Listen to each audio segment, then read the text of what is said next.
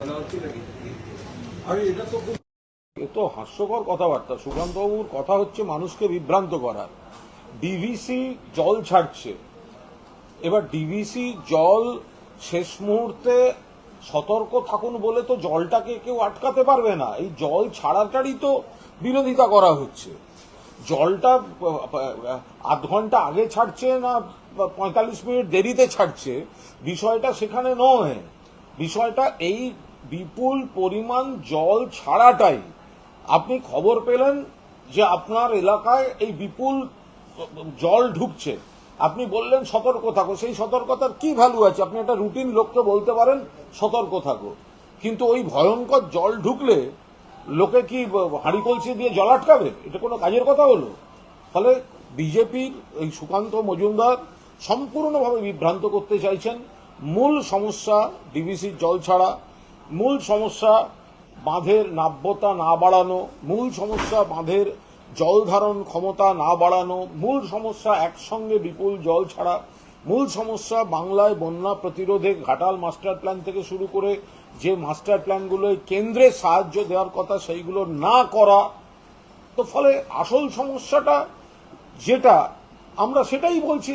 এবার আপনি আধ ঘন্টা আগে খবর পাচ্ছেন না আধ ঘন্টা পরে খবর পাচ্ছেন, ওগুলো একটা প্রশাসনিক রুটিন বিষয়, তার সঙ্গে আসল বিপদটা কোনো সম্পর্ক নেই। সুকান্ত মজুমদার আরেকটা অভিযোগ যে সারা দেশে যখন প্রসূতি মৃত্যুর হার কমছে তখন ওয়েস্ট বেঙ্গলে সেই প্রসূতি মৃত্যুর হার বাড়ছে। এর কারণ হচ্ছে জাল ওষুধ।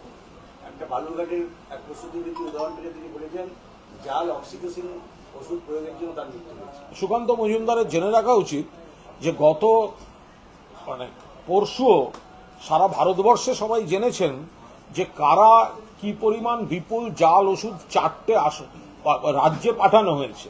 তো সেই 4টে রাজ্য তো একটা বিপর্যস্ত।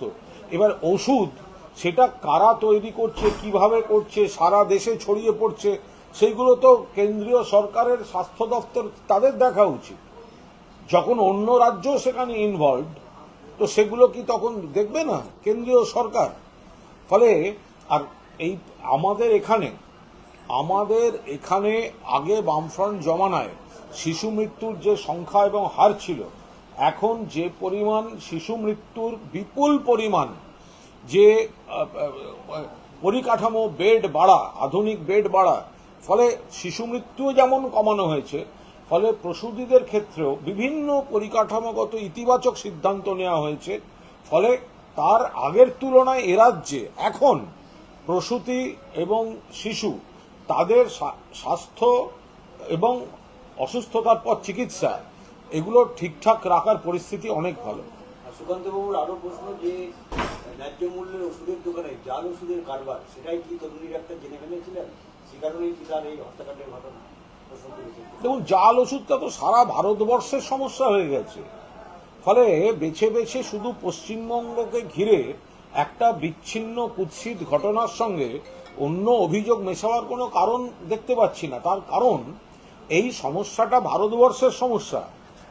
গত পরশুও ধরা পড়েছে, সরকারি সমীক্ষা রিপোর্টে ধরা পড়ছে, তদন্ত রিপোর্টে ধরা পড়ছে। অত্যন্ত গুরুত্বপূর্ণ ওষুধ 4খানা রাজ্যের নাম এসছে, তার মধ্যে এখনো ওই ওষুধটার ক্ষেত্রে পশ্চিমবঙ্গের নাম নেই, কিন্তু 4টে রাজ্যের নাম তো গেছে। ভয়ঙ্করভাবে সেই জাল ওষুধ ছড়িয়ে পড়ছে। কারা ওষুধ উৎপাদন করে ভুল ওষুধ, জাল ওষুধ এগুলো ছড়িয়ে দিচ্ছে, এগুলো তো কেন্দ্রীয় সরকার মনিটর করবে।